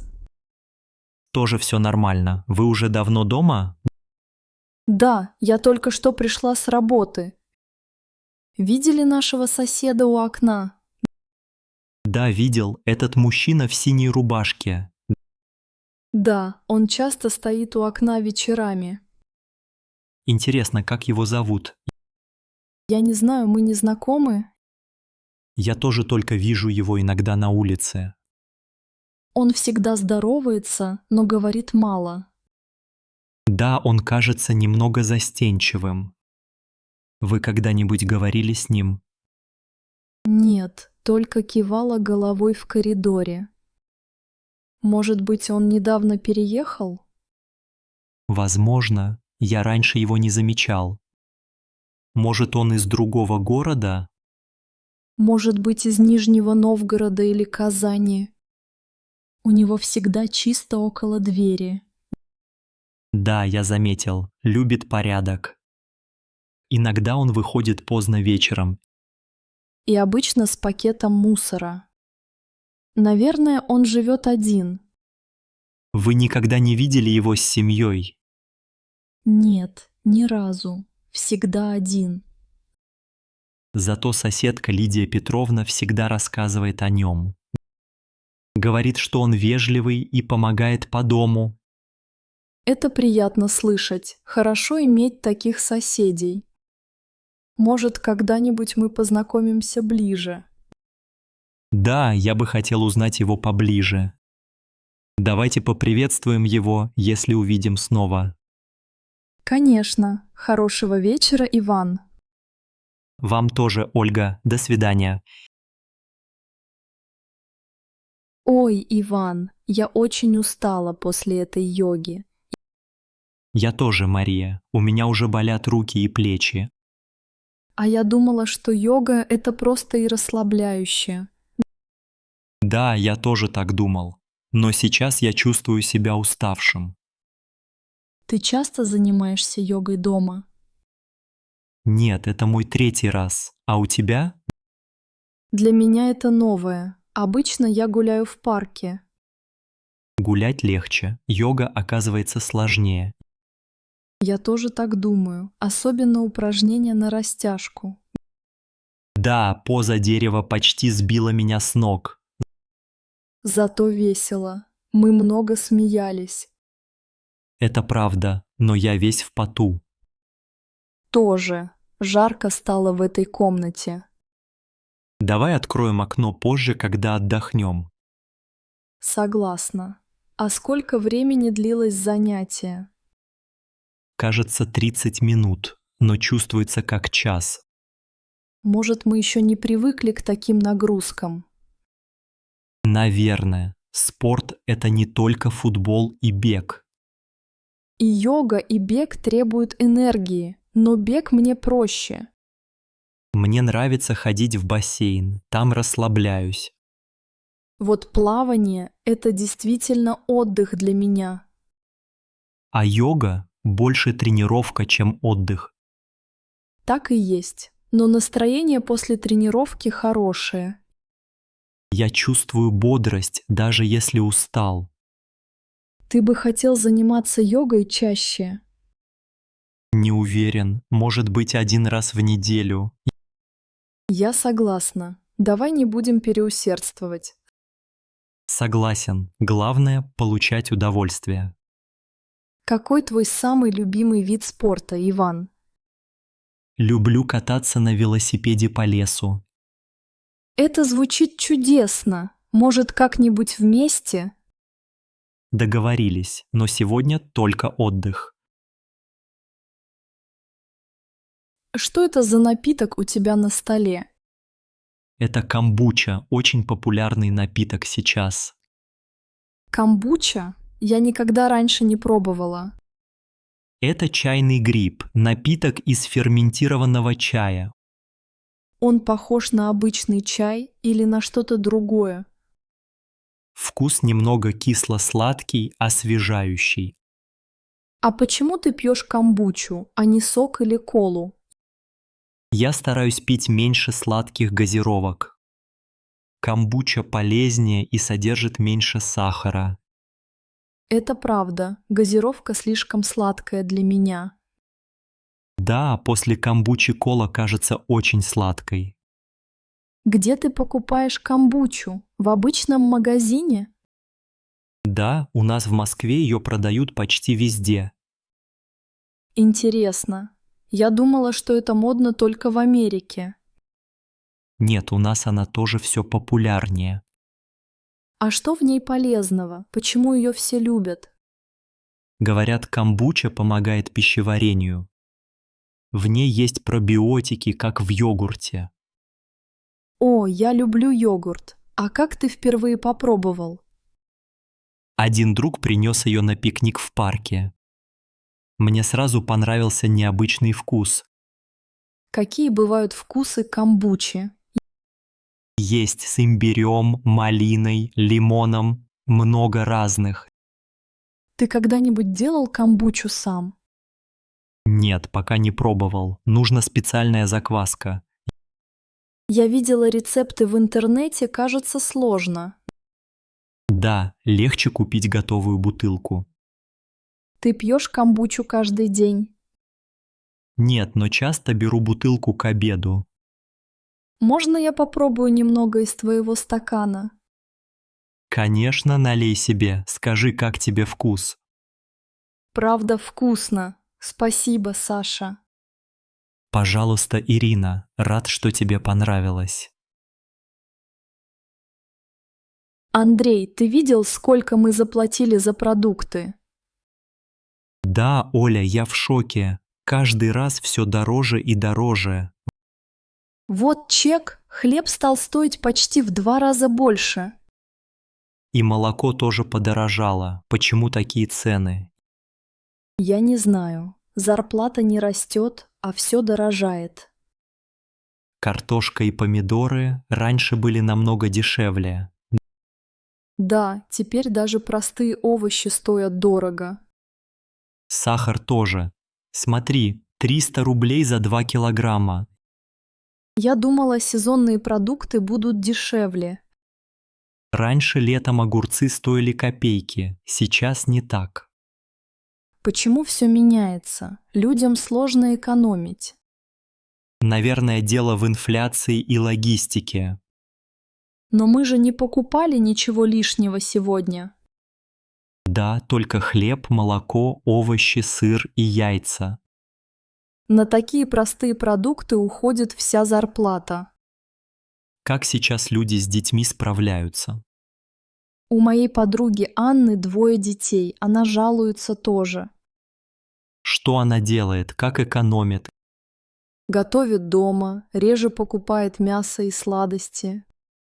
Похоже, нам тоже придется меньше брать колбасы. Я согласна. Давай покупать только самое нужное. Может, стоит искать скидки или акции в магазинах? Я стараюсь следить, но не всегда есть хорошие предложения. Можно попробовать покупать на рынке у фермеров. Да, там иногда продукты свежие и дешевле. Большой супермаркет не всегда выгоднее, как раньше.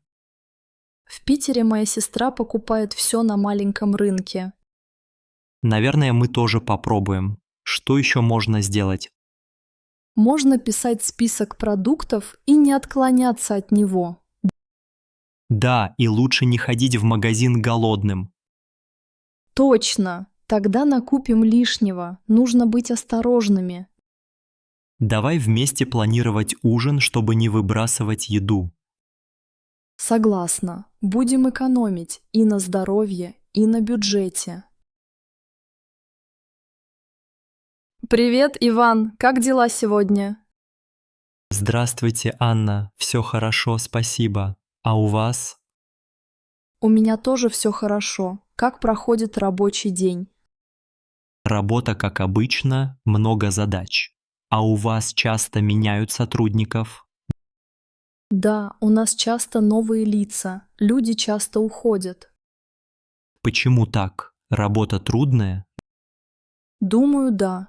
Некоторые ищут лучшую зарплату. Понимаю. А в какой сфере у вас самые быстрые изменения? Например, в продажах и обслуживании клиентов. Многие приходят, но скоро уходят. То же самое у моего друга в кафе. Постоянно новые официанты. В кафе тоже много работы, часто стресс. Я думаю, в банках тоже часто меняют сотрудников. Да, у моей подруги была такая ситуация. Она работала в банке только полгода. Почему она ушла так быстро? Говорит, слишком много бумажной работы и мало времени. Понятно. А где вы раньше работали, Анна? Я работала учителем в маленькой школе в Ярославле. Там, наоборот, учителя редко меняются. Да, это стабильная работа, но зарплата небольшая. Согласна. Поэтому многие ищут новые места. А учителя часто уезжают в большие города? Иногда, но не все хотят менять жизнь. Мой брат тоже недавно сменил работу. Он теперь работает в IT-компании. IT – популярная сфера сейчас. Там много вакансий. Да, но и конкуренция большая. Как думаете, Иван, почему люди любят менять работу? Наверное, ищут лучшее место и новые возможности. Согласна. Думаю, главное – находить работу по душе. Да, тогда и менять захочется реже. Спасибо за разговор, Иван. Было интересно. Спасибо вам, Анна, хорошего рабочего дня. Какой сегодня хороший день. Мне нравится это кафе. Да, я тоже люблю здесь сидеть, очень уютно. Ты видел, как быстро официантка работает? Да, она молодец. Труд официантов очень важен. Но часто про них забывают и мало ценят. Согласна, моя сестра тоже работала официанткой. Это тяжелая работа, особенно в выходные. Мои родители уважают продавцов и уборщиков. Без них город был бы грязным. Верно, убирать – важная работа для всех. Недавно я читала про врачей и медсестер. Они спасают жизни, но получают мало денег. Это несправедливо. Медсестры очень нужны. Ты знаешь кого-то из медиков? Да, мой брат работает фельдшером в Москве. Он часто устает, но любит свою работу. Я понимаю его. Помогать людям – это важно. Но почему такие профессии редко ценят? Может, потому что это обычные, привычные дела. Люди считают это простым, но это неправда. Да, не каждый может работать уборщиком или медиком. Нужно уважать все профессии, которые помогают нам. Моя бабушка была учителем в Самаре. Учителя тоже часто работают много за малую зарплату. Я благодарна всем учителям. Это нелегкая работа. Может быть, нам нужно чаще говорить спасибо. Да, простое спасибо уже многое значит. Я всегда благодарю работника магазина. Я тоже стараюсь улыбаться и говорить спасибо. Это приятно и важно – ценить труд других. Может быть, с этого начинается доброе общество. Согласна. Давай чаще замечать важные профессии. Иван, ты видел новые фото в Инстаграме?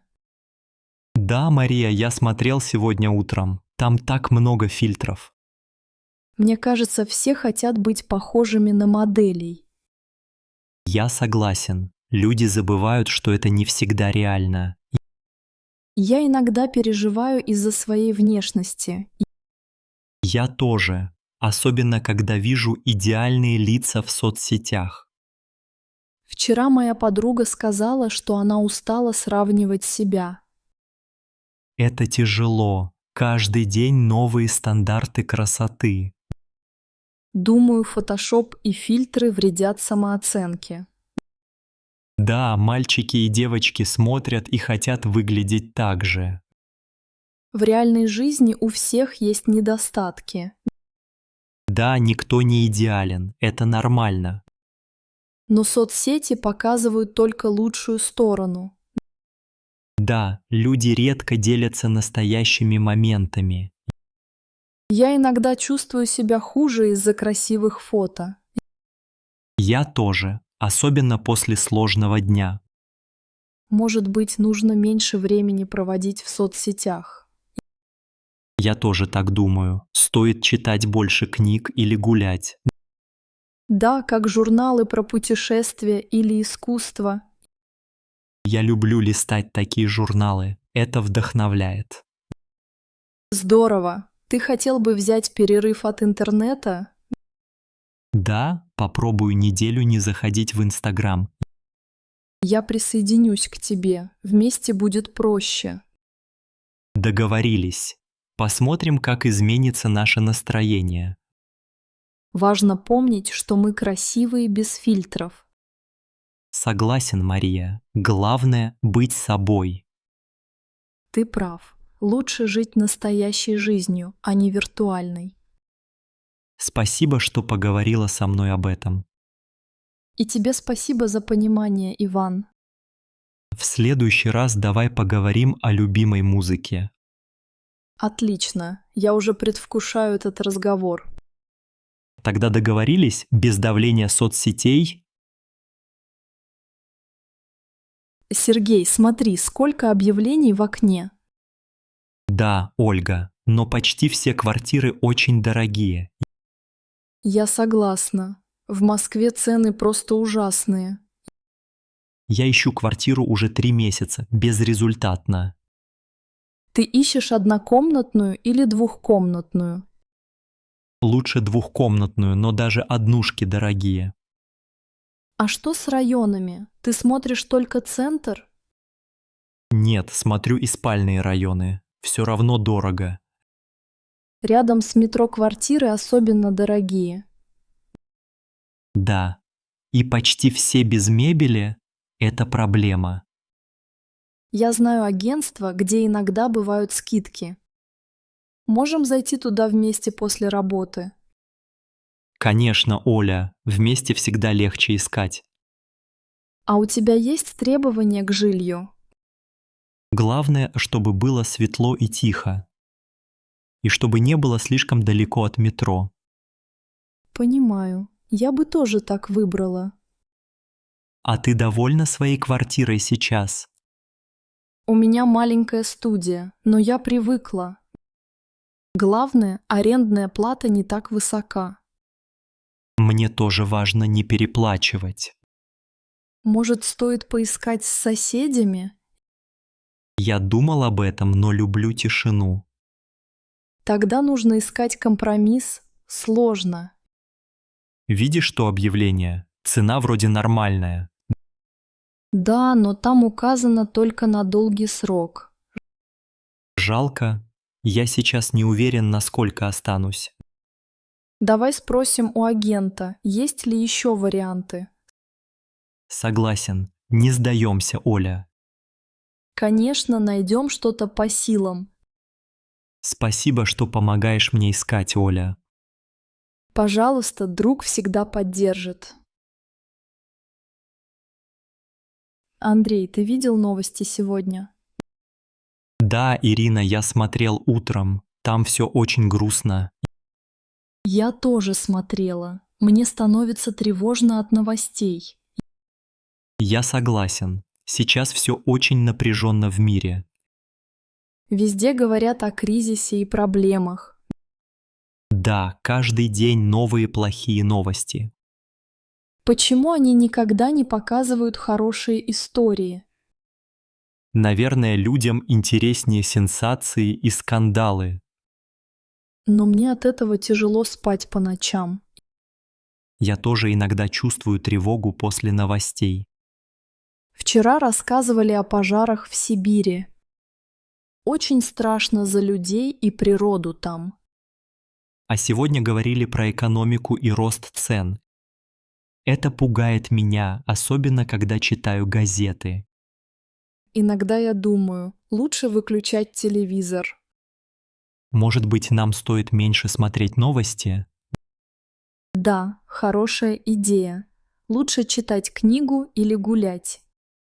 Или слушать музыку, чтобы расслабиться немного? Дети тоже слышат эти новости и пугаются.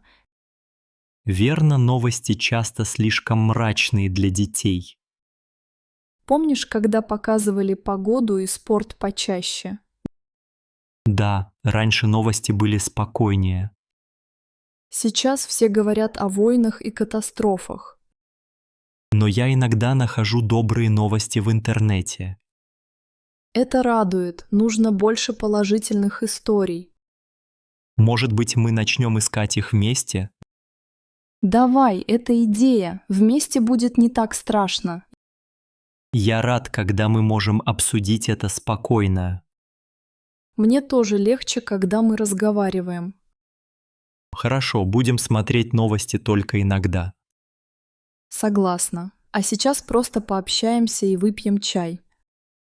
Отличная идея, Ирина, мне уже спокойнее.